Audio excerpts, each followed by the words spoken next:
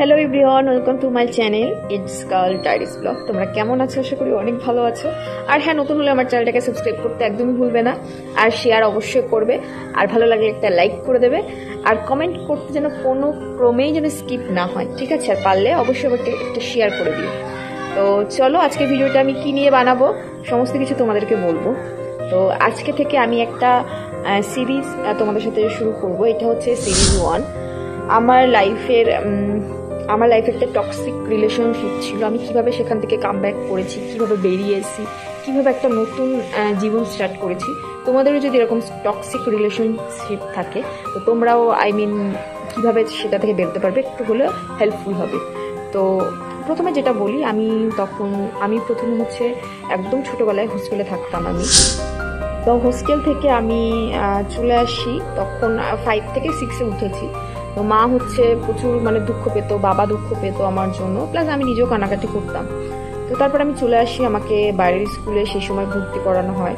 তো গার্লস স্কুলে আমি ভর্তি, যেটা আমার বাড়ির এখান থেকে খুব বেশি দূরে না, মোটামুটি কাছেই ছিল। তো স্কুল জীবন আমার কাছে একদম নতুন, কারণ হোস্টেলের নিয়ম কানুন আলাদা, সেখানকার পড়াশোনা আলাদা।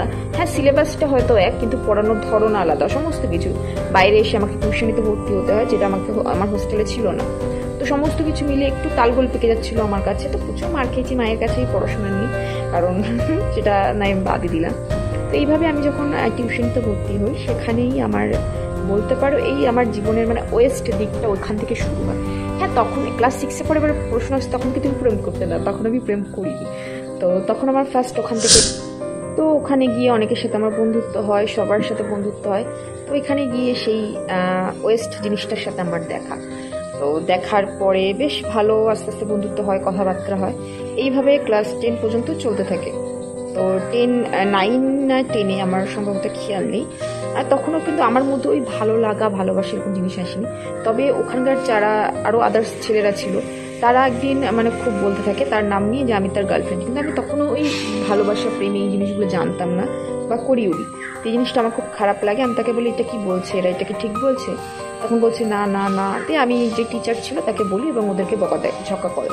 বাট একটা জিনিস আমি বুঝতাম, এখন ফিল করি, সে আমার সমস্ত বিষয়গুলো নিয়ে একটু হিংসা করতো। এখন আমি দেখেছি হিংসা যেন তারাই করে যে তোমাকে সব থেকে বেশি ভালোবাসে। তো মাধ্যমিক দেওয়ার পর যখন রেজাল্ট বার হয়, তো ওই সময় আমার বান্ধবীদের থেকে শুনি সে ফেল করেছে। এবারে শুনে খারাপ লাগলো, যেহেতু পড়াশোনায় সে খারাপ ছিল না। তারপরেও এখন একদিন আমি এরপর নার্সিং আর স্পোকেন ইংলিশে ভর্তি করে দেয় আমার বাবা।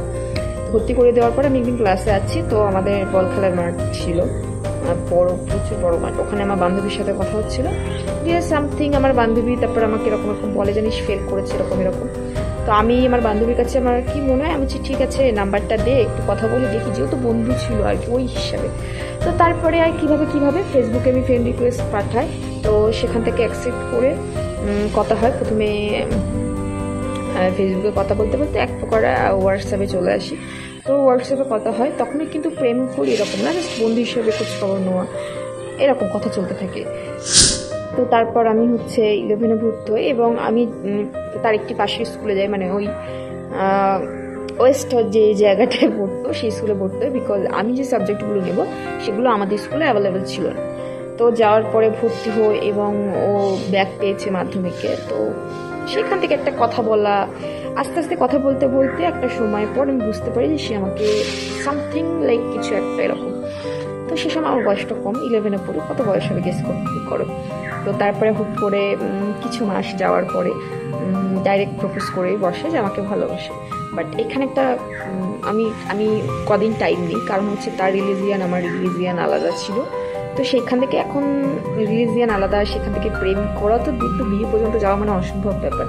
তো সময় যখনই সে আমাকে নানাভাবে ইমপ্রেস করতে থাকে যে সে চলে যাবে কোথায়, তো তারপর এরকম চলে যাবে, এখন বললে বল, হ্যাঁ বললে বল, না এরকম করতে করতে একটা পর্যায়ে আমার একটু সফট কর্নার তার প্রতি জন্মে যায়। এর কারণ সে প্রচুর নাটক জানতো, একটা কথা বলি, তার কেউ নেই এবং সে একটা প্রতিষ্ঠান থেকে মানুষ হচ্ছে, তার ফ্যামিলি ব্যাকগ্রাউন্ডটা সেরকম কেউ নেই, তার বাবা এখানকার না, তার বাবা তার মাকে ছেড়ে চলে গেছে, অনেক কিছু মিলিয়ে আমার একটু সফট কর্নার তার প্রতি তৈরি হয়।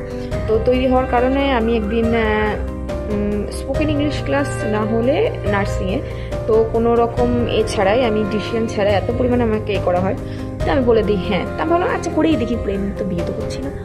তো এইভাবে চলতে থাকে, কথাবার্তা হতে থাকে, ঝগড়া ঝামেলা। প্রথম প্রচুর কেয়ার করতো আমার। তো আজকে এই পর্যন্ত। পরবর্তী শুনতে থাকলে আরও যদি ইন্টারেস্ট থাকো আমাকে কমেন্ট করে জানাবে, তারপরে আমি আরও পরবর্তী পর্বগুলো নিয়ে আসবো।